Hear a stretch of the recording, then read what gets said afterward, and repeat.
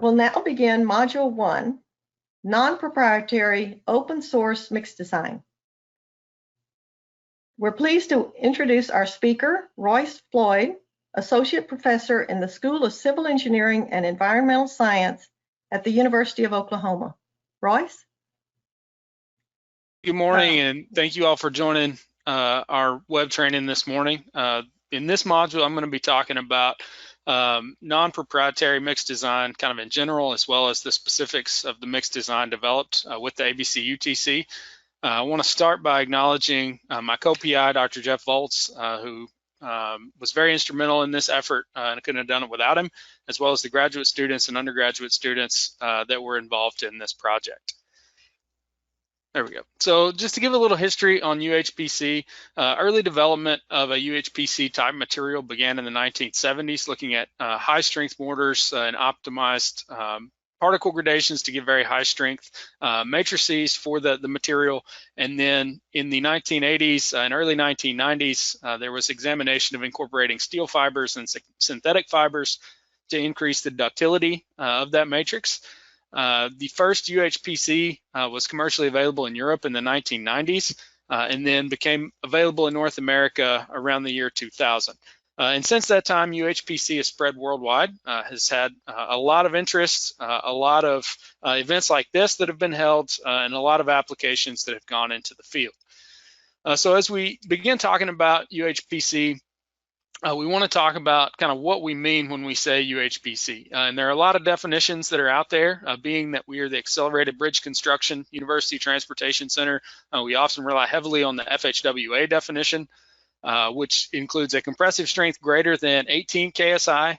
Previously, that was 21.7 KSI. So a high compressive strength, and then a post-cracking flexural strength of at least 720 PSI. So having a high tension strength as well. The American Concrete Institute defines UHPC as having a minimum compressive strength of 22,000 PSI, a tensile ductility in the form of elastic, plastic, or strain hardening behavior under uniaxial tension. And there are many other definitions for UHPC that are out there. France and Canada include different classifications of UHPC based on its compressive strength, but we can kind of put as a general definition that we're looking at a material with a compressive strength of between 18 and 30,000 PSI, a post-cracking tensile strength in the range of 700 to 900 PSI, and a number of other superior properties such as high flowability, very low to negligible permeability, minimum freeze-thaw susceptibility, all leading to a very high durability, a high impact resistance, flexural toughness, and then those properties being achieved by fibers, either steel or otherwise. In looking at creating UHPC, there are some basic principles that have been around throughout the history of UHPC development. One of those being looking at an enhanced homogeneity of the material by eliminating the coarse aggregate, enhancing the density by optimizing the particle packing density of the constituent materials, and then enhancing the ductility by providing those fibers. Again, these are typically steel, and that's mostly what we're going to cover today, and usually are incorporated at a level of 2% or more by volume. If we look at some basic properties for UHPC generally, this is a table of properties for a widely studied UHPC taken from the literature, but you can see that the density of about 155 pounds per cubic foot is a little higher than conventional concrete. The compressive strength for this material was 24 KSI at 28 days. It has a higher modulus of elasticity because of the higher compressive strength of about 7,000 KSI. You can see the tension strength measured using various methods of higher than 1 KSI. And then the other properties including shrinkage, creep, low chloride ion permeability, and high freeze-thaw resistance, even with 600 cycles. So if we think about the constituent materials for UHPC, typically we're always going to have Portland cement included, silica fume, and fine quartz sand as our primary constituents. Because of the low water cement ratios that are used, we're going to need high range water reducers, or we'll refer to in this presentation as HRWR. to get the workability that we need. Other materials can be included, silica flour or other forms of ground silica to fill out some of the particle size distribution, potentially small coarse aggregate particles, and then supplementary cementitious materials of other types. Steel fibers can have different properties depending on the supplier and, again, the type of the fiber. Straight, crimped, hooked, or twisted fibers have been used for UHPC, usually in the range of 0.5 to 1 inches in length, 0.005 to 0.02 inches in diameter, and having a high strength greater than 300 KSI, to where typically the fiber fails by pullout rather than failing in tension. But the most commonly used fibers are probably the 1/2 inch straight fibers at about 2% by volume, which is what's shown here being placed into the mixer in the field.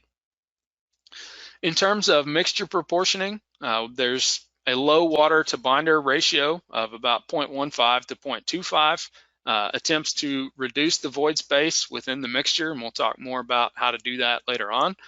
And then to incorporate steel fibers to improve that ductility, but also to consider the effects of adequate flowability and fiber suspension. So balancing the flow, but having a high enough viscosity that the fibers are suspended in the matrix.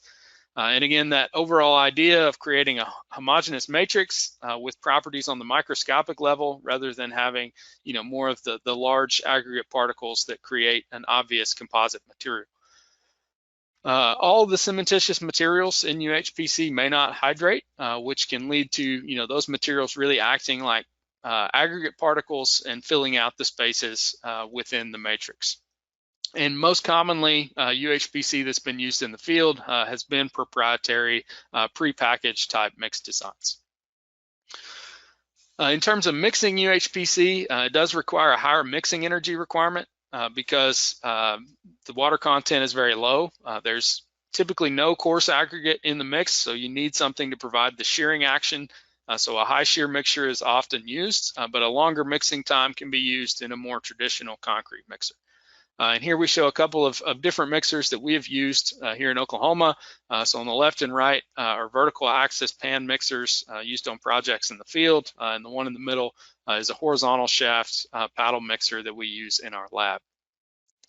The mixing procedure consists of blending the dry components. So for a non-proprietary mix, that often means adding the different components separately, blending those all together, then adding the water and the admixtures, allowing time for the mixture to achieve fluidity, which is shown here on the right. So going from powder over to a fluid mix, at which point the fibers are added to the mixture. The mixing energy input, or the specific mixer, is going to have an effect on the mixing time, but mixing times generally are in the range of 15 to 20 minutes, but can be longer than 20 minutes, especially when you're having to blend the dry constituents. With that being the case, heat production from long mixing times can be an issue that needs to be considered, which can include chilling the constituents beforehand or replacing some of the water with ice.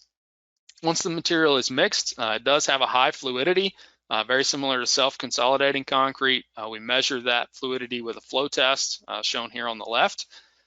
And it can be proportioned with other flow properties for high slopes or overlays, but most of the time for the applications where we use UHPC, we're looking for that high fluidity to get it into these small deck panel joints or other types of application.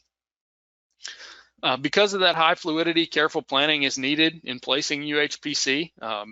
We need to consider what consistency is needed for the specific application of the UHPC to proportion for that. For typical UHPC, the formwork needs to be watertight because that high fluid mix is going to find its way out of any leak in the formwork. And here on the right, we see the result of a formwork failure where most of the material that was being used for repair leaked out of the formwork onto the ground around the bridge. We also need adequate moisture preparation for any adjoining concrete to ensure proper bond between the UHPC and the adjacent concrete. We need a continuous placement to ensure proper fiber distribution, so placing the fresh UHPC into fresh UHPC. And then over vibration or overdosing with the high range water reducer can lead to fiber settlement within the mix and not getting the proper distribution within the finished product. And then consideration of placement methods are important to prevent fiber alignment or to get the fiber alignment that's desired. Curing of UHPC has had a lot of different work done in that area. It has a higher set time, up to 24 or 36 hours, depending on how much of the admixtures are used. With very high admixture dosages, that set time can be pushed out. Elevated temperatures, moisture, and pressure can improve properties over time if that's a possibility. If heat curing is going to be used, it's often going to be in the realm of 90 degrees Celsius, and then somewhere 12 to 24 to even as high as 36 hours. Heat curing can lead to no additional strength gain after that curing period, though, and it's often very difficult to do. So in the current state of UHPC, heat curing is not typically necessary, and it's often not practical, and so most of the time it's not being used. It's just important to seal the UHPC and ensure that the moisture is able to stay inside. Testing of UHPC uses methods that are very similar for conventional concrete, but requires modification to account for the properties of UHPC. And most of the testing methods that are currently used are included in ASTM-C 1856, which has those modifications for the standard test methods used for concrete. The flow table testing that I mentioned utilizes ASTM-C 1437 with a few modifications. Specimens are made using the same methods we use for conventional concrete, except that we place in a single layer and don't need any external consolidation. Smaller specimens are typically used for UHPC, so for example 3x6 cylinders for compression, and then increased load rates are used just to reduce the length of the time of the test, and that have been shown to be effective through extensive research over time. So for example, 150 psi per second for compression rather than the standard 35 plus or minus 7. Test cylinders must be ground plane. No capping can be used due to the high strength of the UHPC, so that it meets the specification given in ASTM-C 39. Direct tension strength is an important consideration for UHPC due to its post-cracking ductility and its contribution to the overall behavior of the structure. And a number of different test methods have been used, but what's becoming the most common is the 2-inch square cross-section specimen that's examined extensively by the FHWA and that was recently approved as AASHTO standard T397. Other test methods are out there, but they're not yet standardized. There have been a lot of applications for UHPC, again, being that this center focuses on bridges. A lot of the work that's been done here has related to bridges. There are a lot of places where UHPC can be used for connections, joints between bulb tees, joints between full depth deck panels is very common. Full-scale girders have been done in a few places, including bulb tee and pie-shaped girders. There have been a number of pedestrian bridges that have been built with UHPC across the world. Rehabilitation and retrofit is a big potential application for UHPC where it's seen a lot more use recently. Piles and foundations and then seismic force resisting elements are all possible places where UHPC could be beneficial. In terms of the specific research that we're talking about in this presentation today, the original motivation actually came from a repair and retrofit standpoint. And in Oklahoma, we have a lot of bridge deck joints that have had some deterioration over time, and there are a couple of examples shown here, the one on the left specifically from Oklahoma.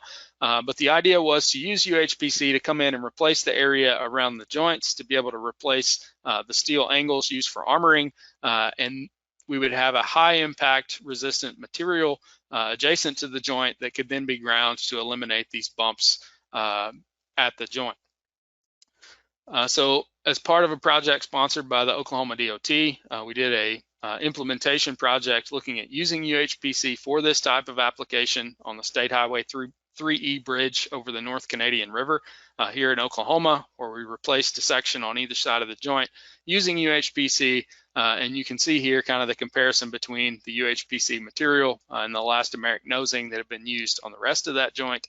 and we've been able to monitor over time that it has performed very well compared to the previously used repair materials. In-joint or in-region deterioration, pre-stressed beams is also something we've seen a lot of in Oklahoma.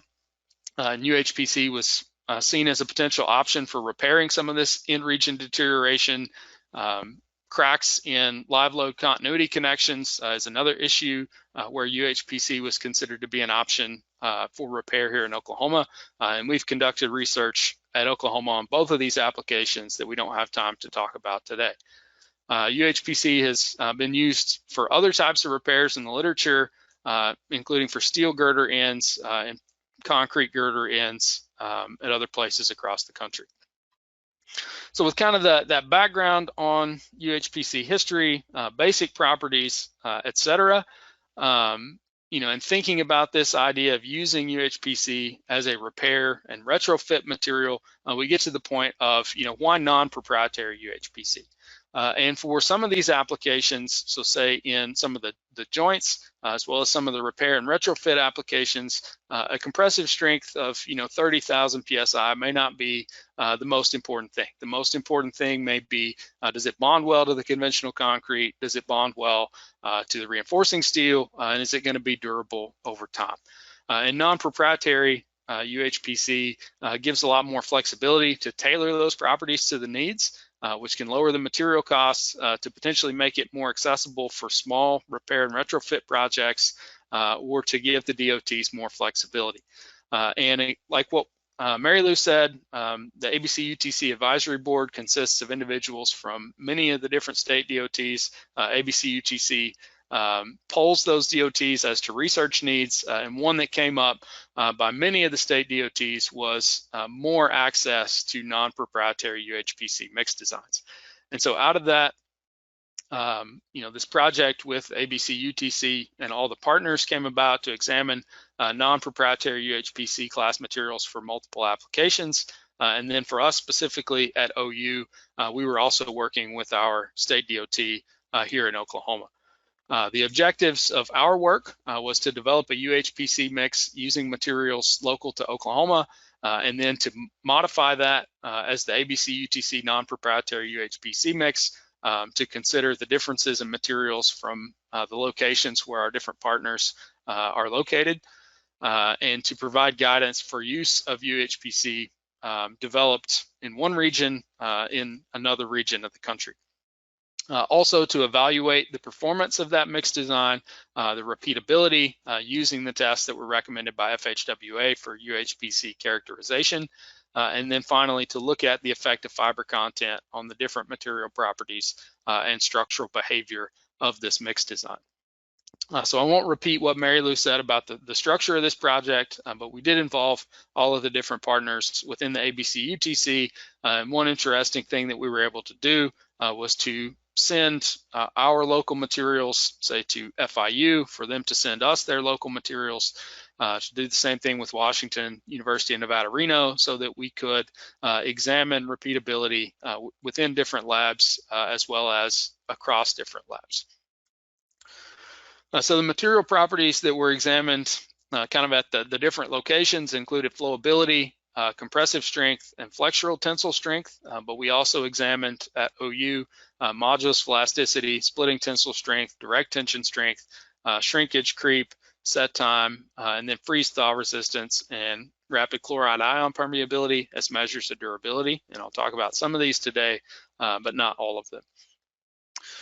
All right, so if we look at developing a non-proprietary UHPC mix, kind of the basic thing to look at is the materials that are available. And again, typically we're going to use Portland cement, fine sand, silica fume, high range water reducer, fibers, and water.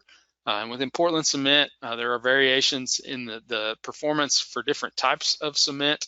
We specifically examined type 1 and type 3 here at OU. And then, some of the Portland cement can be replaced with other supplementary cementitious materials beyond silica fume.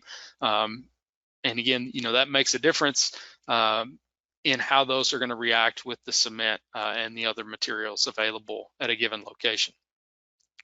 For the fine sand, there are other possible materials that can be used in that category, including glass powder, ground quartz, silica flour, other finely ground silicate materials, or other types potentially of small aggregates. And looking at the combinations of those materials is very important to get that high density and homogeneous matrix.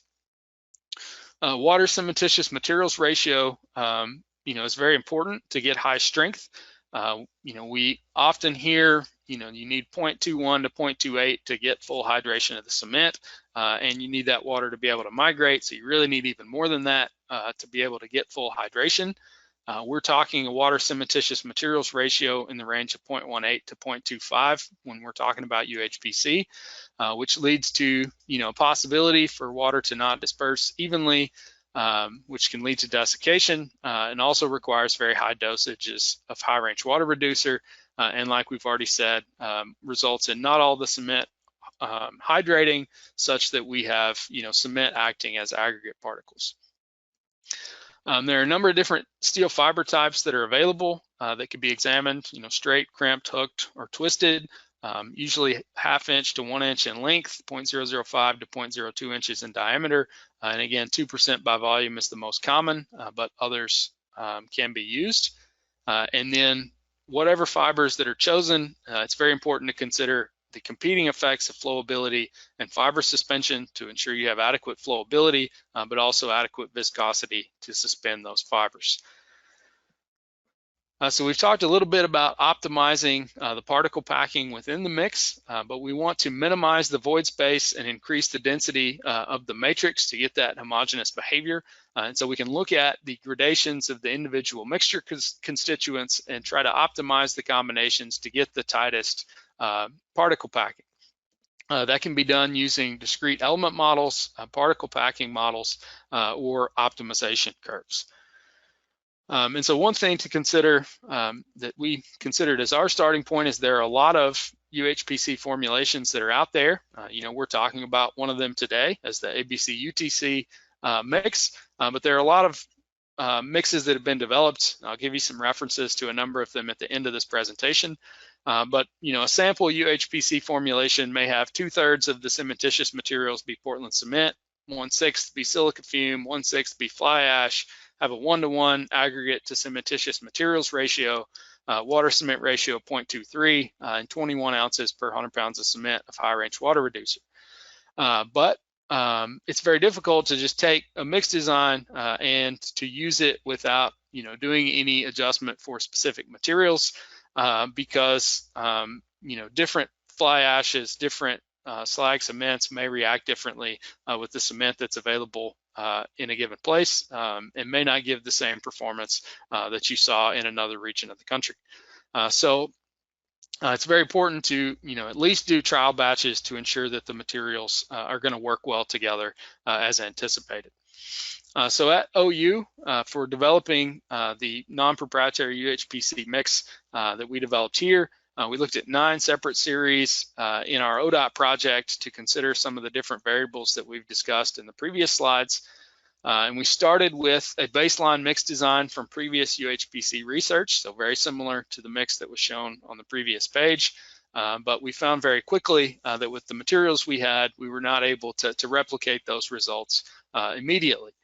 So we then moved on to looking at the optimal water content, cement content, and high range water reducer proportions to get the flowability properties that we were looking for.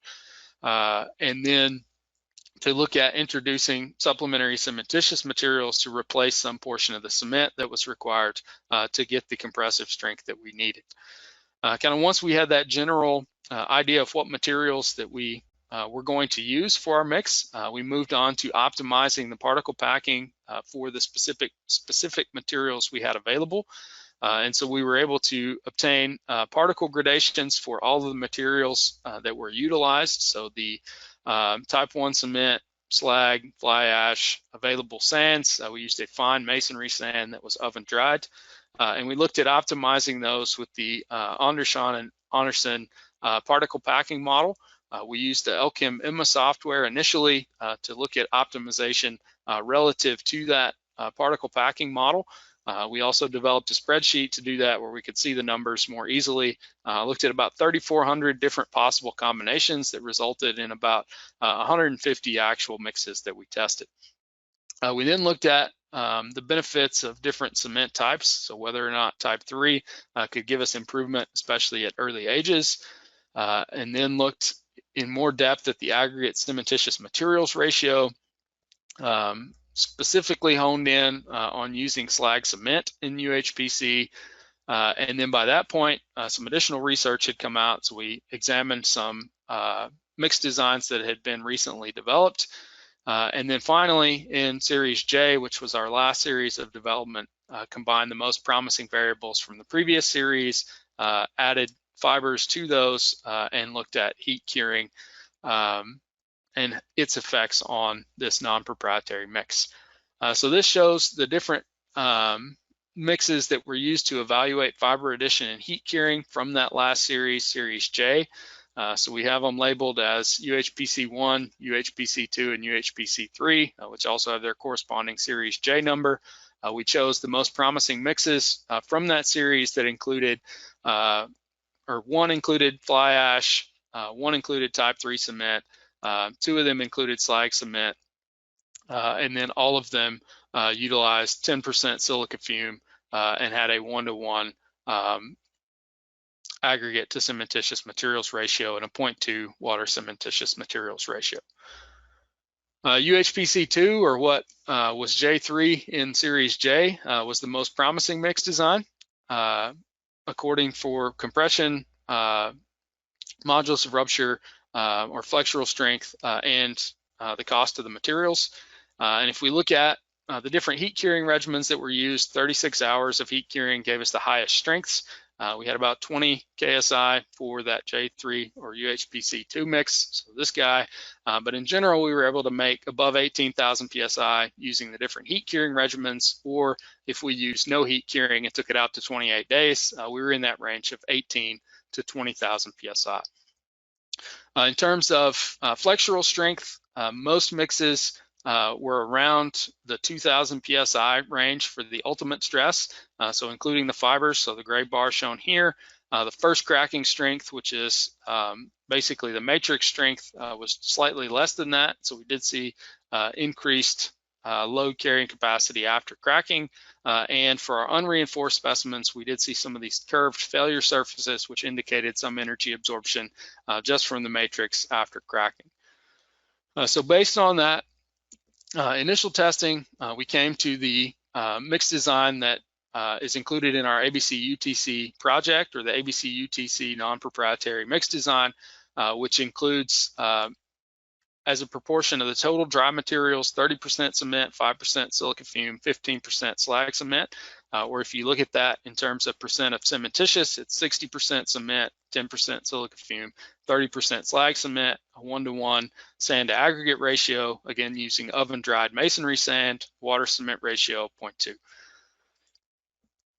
In terms of material properties for this mix, we looked at compressive strengths using our raw materials here in Oklahoma, as well as those shipped from FIU. We saw very similar performance between the two sets of materials. And then as we looked at different fiber percentages, we saw an increasing flexural strength as we increased the percentage of fibers across the board. We also examined bond with conventional concrete. So say if this was going to be used in a joint, examining how well our material bonded to that conventional concrete for different surface preparations. The white bar here shows the conventional concrete flexural strength. So for an inclined interface between the two, we had basically the same strength at the bonded interface as we had for the conventional concrete, or a higher strength at the interface than we had in the conventional concrete.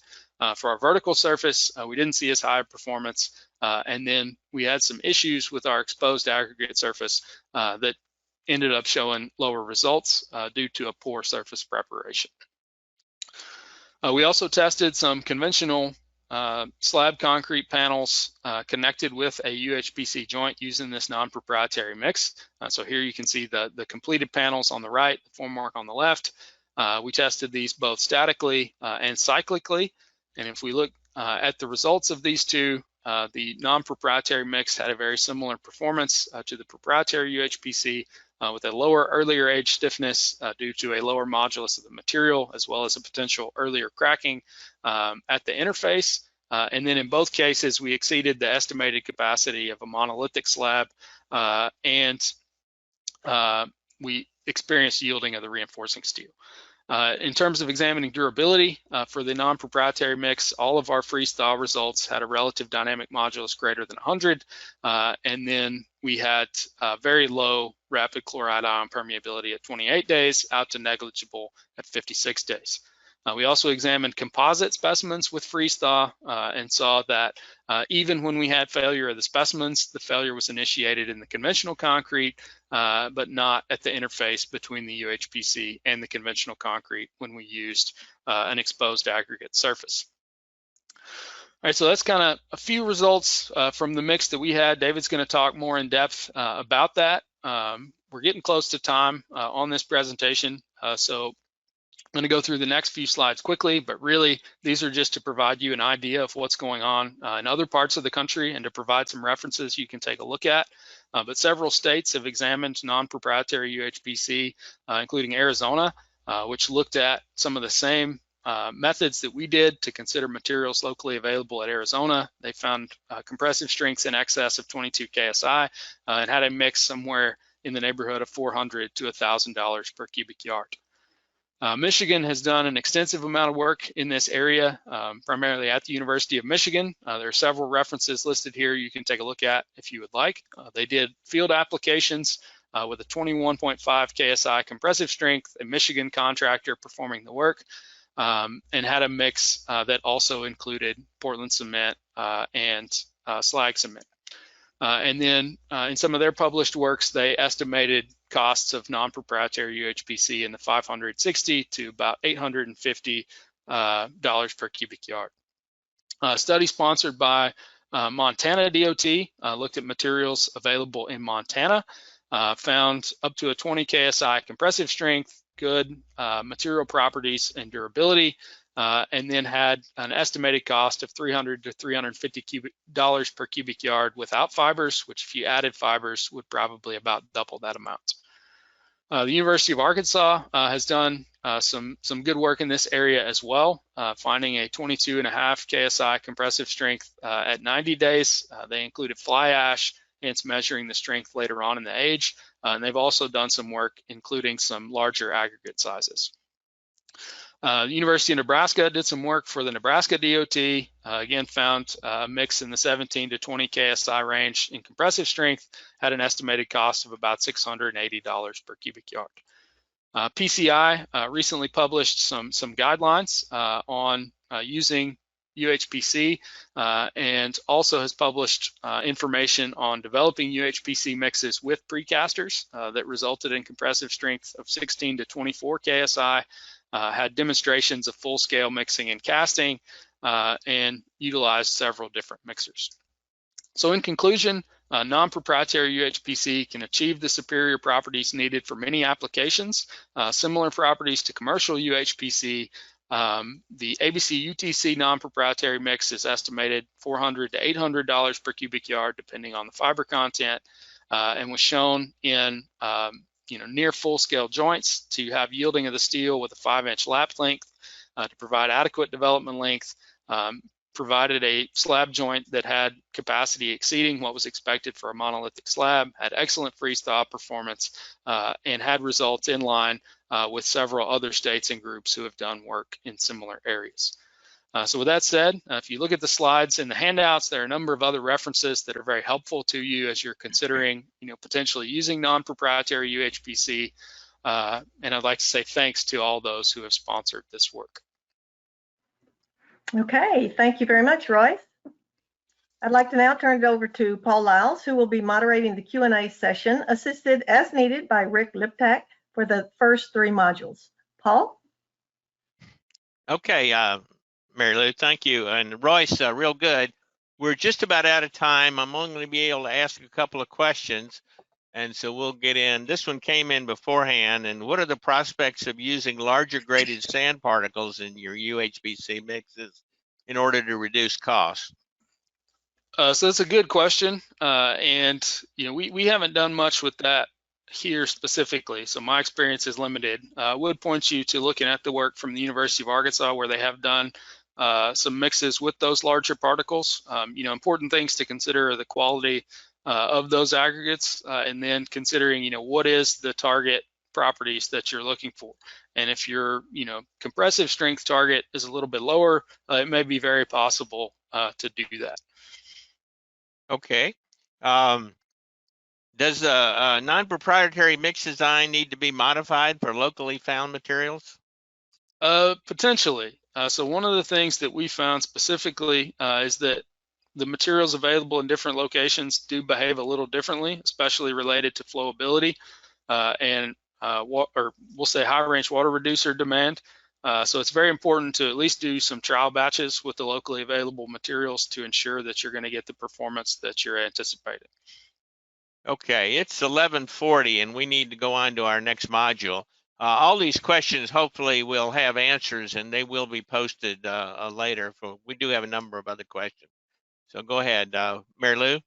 Okay, thank you, Paul. We're at the end of the first 40-minute module. Thanks again to Royce for presenting Module 1.